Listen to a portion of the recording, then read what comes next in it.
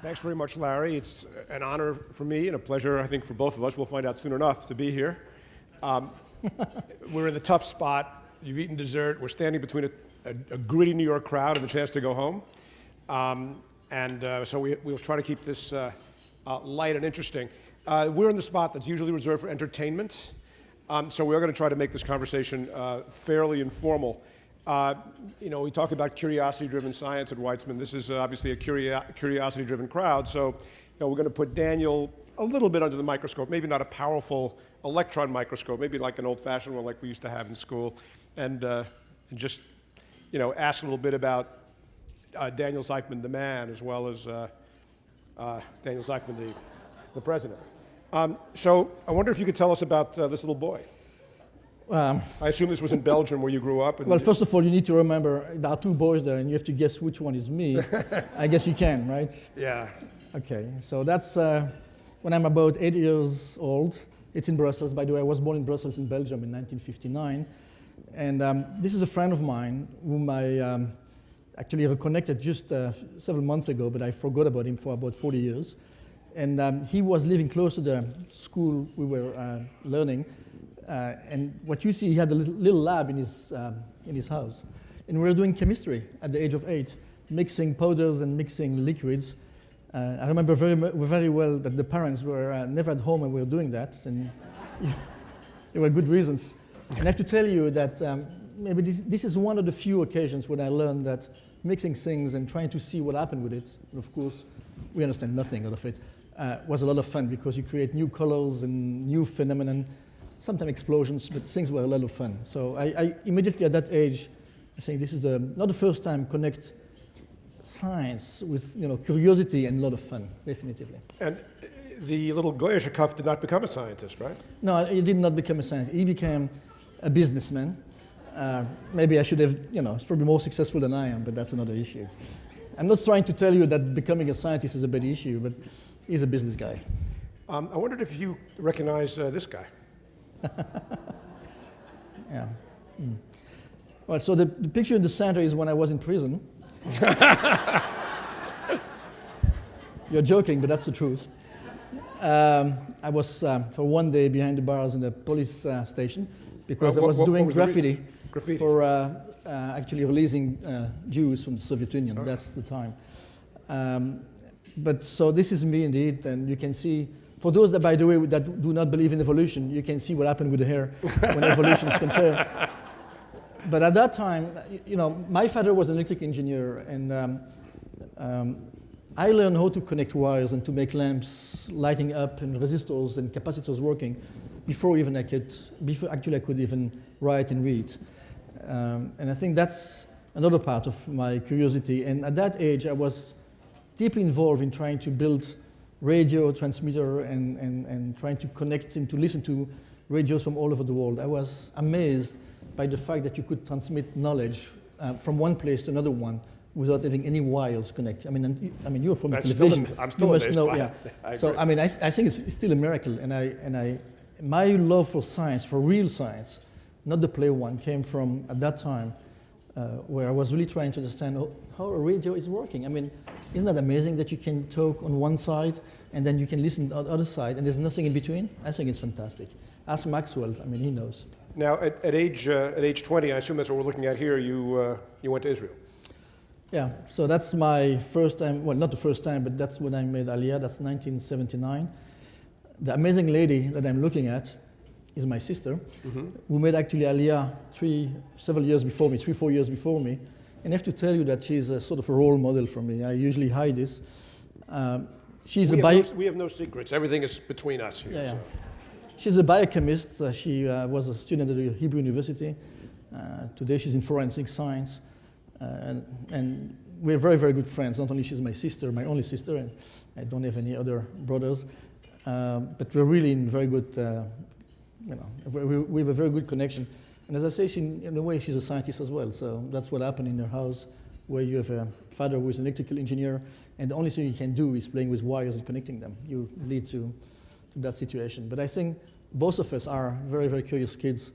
Both of us would always like to try to understand how nature works and we try to communicate this. I mean, if this is not a picture of a curious kid, I don't know what is. And Larry gave the highlights of your biography. I won't repeat it, but you did your undergraduate and doctoral degree at the Technion, postdoc here back in the U.S. near Chicago. Then, as we just heard from Larry Blumberg, went back to Israel, became a professor, and of course now president. And while she's not here tonight, we couldn't resist showing a picture of your beautiful wife, Joelle. And, oh, that's So in doing the research for this, there's so many wonderful quotes from you.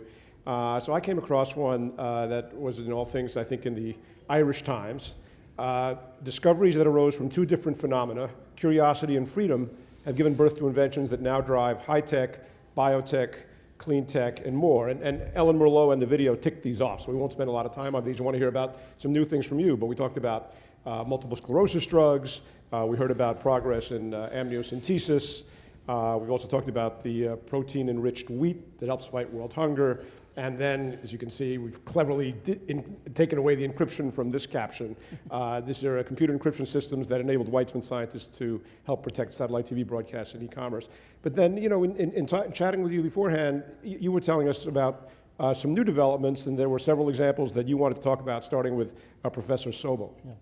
So to connect this, in fact, the most important sentence that you saw is the first one. What we really need to realize is that in the history of science, most of the big discoveries that changed the way we live were never solution to existing problems. I mean, even the Copaxone was not found at the Weizmann Institute or was not developed because somebody dreamed to develop a new drug for multiple sclerosis. So it's through curiosity. And if we really look at the world of science, you'll find that lasers were not made because if you wanted to listen to the CD musics, I mean, X-rays cannot be found if you have a program for developing X-rays because you don't know they exist. And this gentleman, Professor Noam Sobel, is actually following the same road. He's a scientist who is interested to know how how you can smell and how the connection between the smell, or if you want, the olfactory sense and the brain. And by looking to this system, he one day came up with an amazing conclusion, which is so simple that you wouldn't believe. I think at some point you have to explain what that is on. Yeah, I'll explain this. Okay, so he came to a conclusion that, which is so simple, as I said, you wouldn't believe it, that if you're the last stage of your life and you've gone through a stroke, for example, or you're paralyzed, and you can't communicate anymore with the world, then there must be at least one thing which is working, and that's breathing. You must be able to have air in your body and out, which means that through the nose, something is working.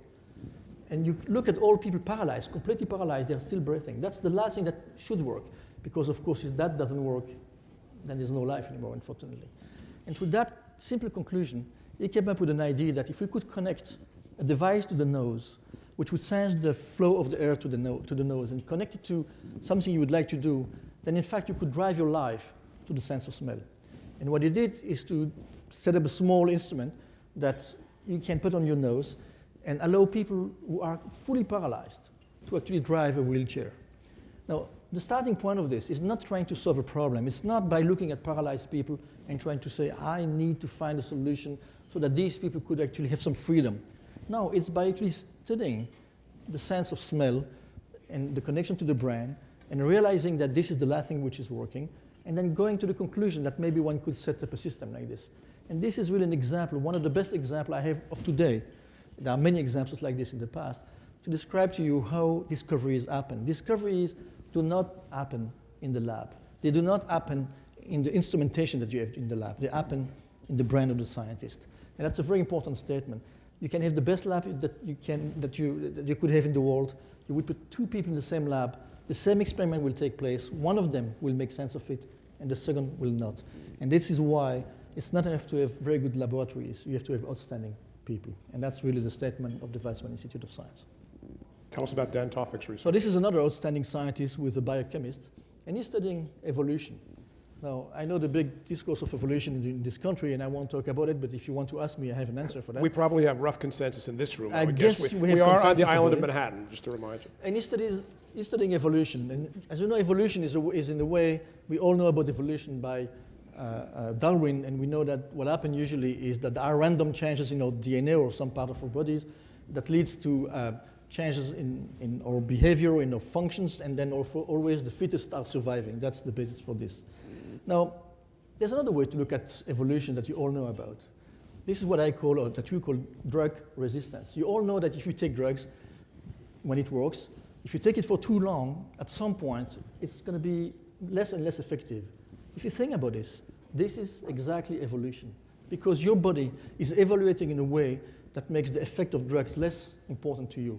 And see how fast it happens. You can take a drug today, and several months later, you'll find yourself that the drug, antibiotic, by the way, are terrible for this, are completely useless. What happened is your body has evaluated in a way that makes you non-sensitive to the drug.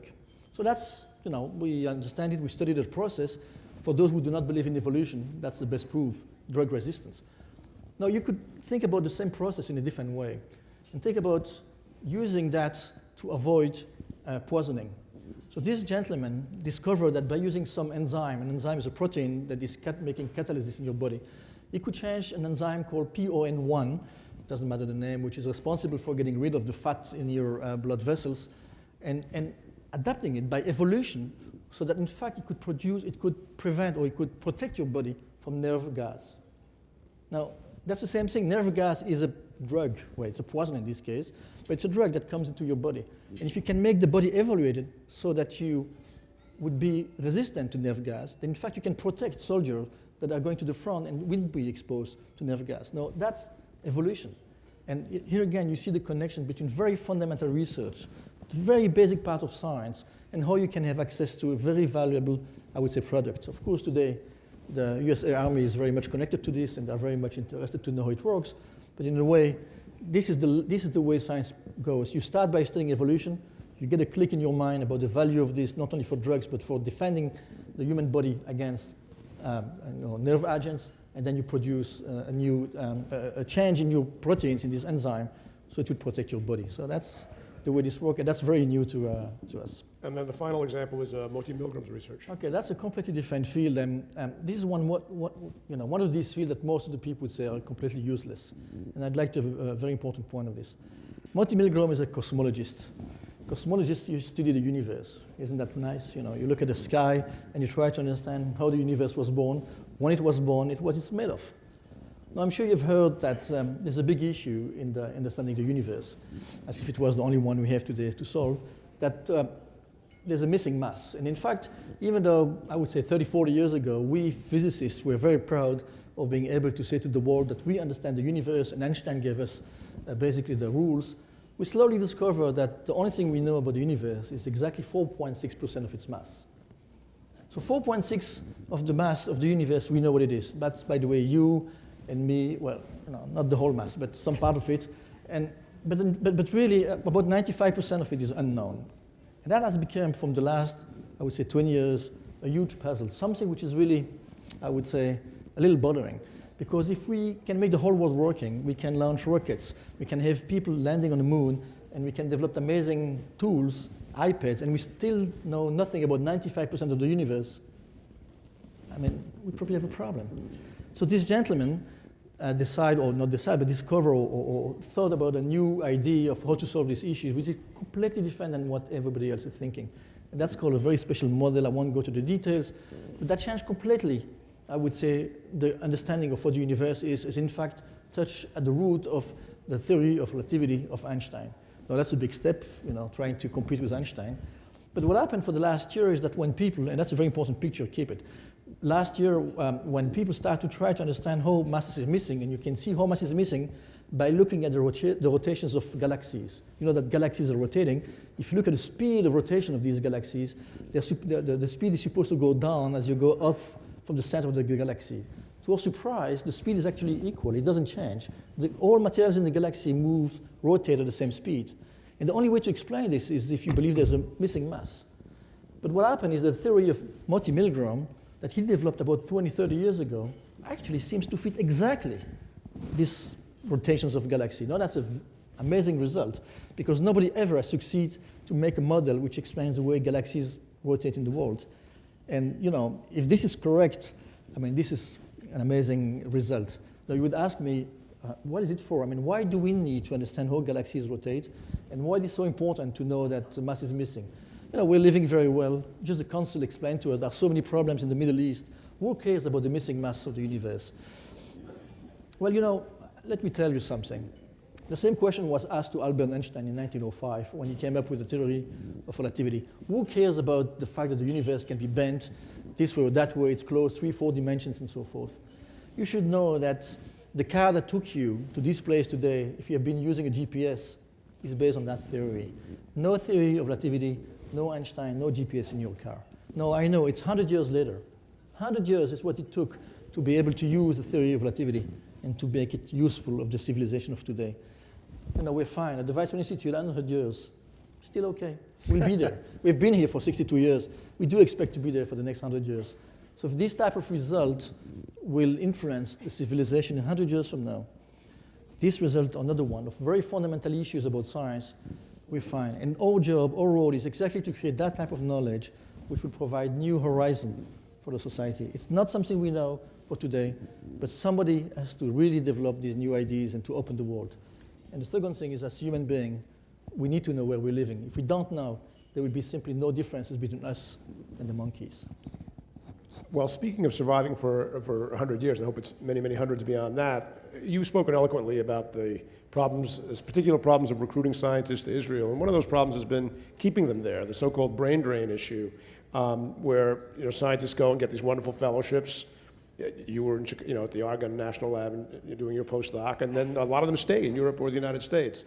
And so this is actually a picture from Yediot, from the leading newspaper, and this is actually the opposite of the brain drain. This is the brain gain. Every one of the people here has actually been recruited back to Weizmann from Israel, Europe, and is there now. Can you tell us just a little bit about that process? This is the most important process which is taking place at the Weizmann Institute of Science. You can dream of anything you want. If you don't hire the right people, this is not going to work. And the basic question is, what brings people back to the Weizmann Institute? I mean, most of these scientists have an offer that would come also from MIT, Harvard, and Stanford, and other places. And the question you need to ask, I mean, what is the difference? I mean, why would they come to the Weizmann Institute if they get an offer from a place or a top university in the United States or in Europe? This is a very complex question, but I tell you there's at least the first part of the answer is again connected to what the consuls say. These people come back to the Weizmann Institute because they want to live in Israel. If they don't want to live in Israel, they will not be back to the Weizmann Institute. So before we have the Weizmann Institute, we need to have a country. Okay. Once we have the Weizmann Institute, we need to provide these people, these young people, the best possible infrastructure so that they can do their work. When I say infrastructure, by the way, I mean more than just buildings and equipment. I also mean people, students, and so forth. The culture, the way the culture. talked about it, right. And what keeps them, and that's another difficult step, because bringing them is one thing. The worst that can happen, I say that in a sort of a paraphrase, if they're very, very successful, then they'll get hooked up by another university and been asked to come up, to move to another place. And we have to work extremely hard to be able to keep these people at the institute. And the work, and that's part of my job, the work is to provide them with means so that they can actually, I would say, go all the way into their dreams and realize what their curiosity is pushing them. And this is a very complex process which involves many, many steps over the whole career of a scientist. But it's really the most important one we are doing. Without top scientists, there's no science, no top science. We're going to try to take a couple of questions that we collected during the dinner. We have time for a few, I think. This is what we would call a lightning round. We don't have time for long answers, but we would certainly love to reflect what we heard from the crowd. If we can see, I protectively brought the questions with me in case the slide didn't come up, but let's give it another shot here in the back. All right. I have them in my pocket. Feel free to put the questions up at any time. Oh. Okay. Okay, so yeah, there we go. What do you think of how the media presents science? For example, the nuclear situation in Japan. Short answer on that one, please. I think that the real disaster is the way it was presented. Let me tell you, you have an earthquake in Japan, there's a tsunami, 20,000 people die, and the whole world is busy trying to understand what happened to 3 or 4 nuclear power plants. How many people died from that power plant so far? Right, 0. 0. So the question is, why are we talking so much about the fear, the radiation that comes out of this power plant? No, these are dangerous. It's a dangerous situation. I'm not saying that everything is very easy. But the truth is that if you look at the result of what is happening there, there's much less danger from this power plant, from this radiation that everybody's talking about, than anything else that happened in Japan. I mean, close to this power plant, close to this nuclear power plant, a train was running by at the same time that the earthquake happened. The train was pushed away by the tsunami. Hundreds of people died. Now, nobody's talking about not making trains anymore. Why are people talking about not building power plants anymore, nuclear power plants anymore? So, I'm not saying that this is a safe situation and there are no problems. There are problems. But I think that one is using now the ignorance of the people to create fear. And that's a very, very dangerous situation. If you think about this, this is all connected to what I call science literacy. And it really demonstrates how much, as we living in a modern society, which is more and more driven by science, we must know something about science. And this is, by the way, why the Weizmann Institute is so much involved in science education. We're involved in science education because we believe that in several years from now, I'm talking tens of years from now, being scientific literate, being able to understand what it means, radiation, and others will be more important, as important as 400 years ago, the ability to read and write. And if we will not be scientifically literate, we won't be able to make the right choice. In this country, we have chosen a president because he was supportive of stem cell research, and he understood something about global warming. How many people know what stem cells are all about? Very few, but everybody votes. So if you don't know, and I'm talking about science only, we won't be able to live in a free society, in a democratic society, because the issue of science is going to be so heavy, so important in our life, as you see it already today. Here's the iPad. That it's going to be even more dominant. And we need to be sure that we can educate the next generation, our kids, in what science is all about. Because without it, we'll be fooling around in a way, and will be used as, pieces for the media, I would say. How will we one day, I agree, we want to applaud that. How will we one day cure cancer? I don't know. If I knew, I would get the Nobel Prize. But first of all, cancer is the wrong word. It's cancers with an S. That's the first step. So it's not one disease, it's about 120 diseases as far as we know today. Now, I really don't know how we'll cure cancers, but there's one thing I know, is that we are today moving into a new era in biomedical research. If there's one field of science which is changing dramatically, and I'm a physicist, so I can say so, it's really the field of biology. Physics today look more or less like the physics of before 25 years. There are changes, but no, I would say, the paradigm shift. Biology is going through such a change, which is amazing. And our understanding of what a cell is, and what the DNA is, and what the ribosome is, of course, and so forth, is changing very rapidly. I won't go to the details or why this is happening, but it's very clear that the way we look at diseases such as cancer is being changed tremendously by this new understanding. And my expectations are that if we do go into investing in genomics, what we call proteomics, which is the science of proteins, we will be able to actually crack some of these problems. And in fact, we are now starting a very new initiative at the Weizmann Institute, which is actually a national initiative of creating an Israeli National Center for Personalized Medicine. Because we believe that the issue here is that so far we have been giving drugs to people for diseases. But you all know that we are, every one of us, very different. Look at the faces. We are different from outside. We are also different from inside. And these drugs fit the average profile of the human being. They do not fit every one of us personally. If we could make these drugs personal, fitting I'll make it very simple because it's not as simple as that, or genetic background, for example, but again, it's not so simple, but fitting our genetic background, then we could lead actually to drugs who are much more targeted to not to specific diseases, but to specific people. And I think that's where this will go, and this is where it is going right now for the next several decades, I would say. Okay, and final question from the floor. Will we one day live to be 200 years old? Well, first of all, we're not far away. I mean, I don't know, not you, don't worry. Well, I hope for you. Other people would be worried if I were going to live. Well, I'll give you one number. I don't know if you realize this, but half of the babies born today will live 100 years. Okay, that's what we achieve. About 100 years ago, life expectancy. Someone is speaking on cell phone. See, advantage and disadvantage of technologies. Yeah, if anybody in the back is having another conversation, if they could go somewhere else to have it, you're more than welcome to have it, just not here. Thank you. Okay. So let me repeat. Half of the babies born today will live 100 years. 100 years ago, the life expectancy of the modern Western world was about 45 years old. So we were expected to live 45 years. Today, as you know, we live more than life expectancy, more than 80 years old. That's doubling over 100 years.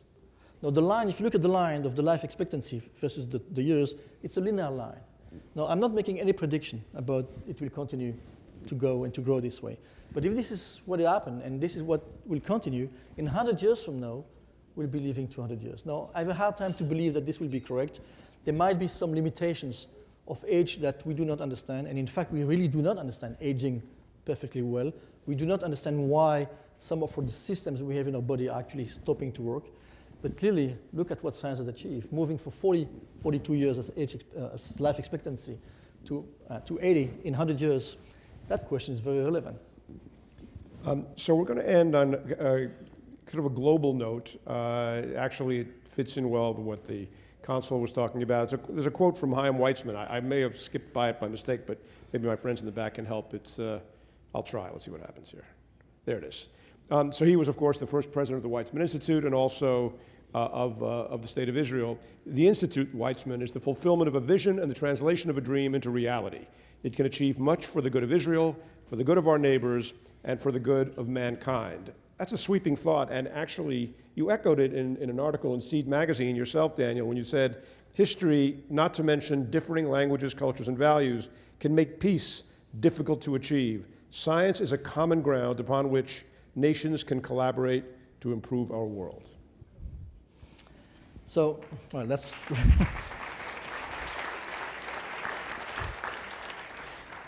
I'll say the following. The time we're living is an amazing time.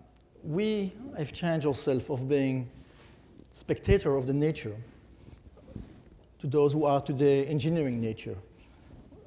Up to, I would say, 50 years ago, we were just passive and just looking at what nature had to provide us, and today we're basically designing nature. Now, it's an amazing transformation that most people do not realize.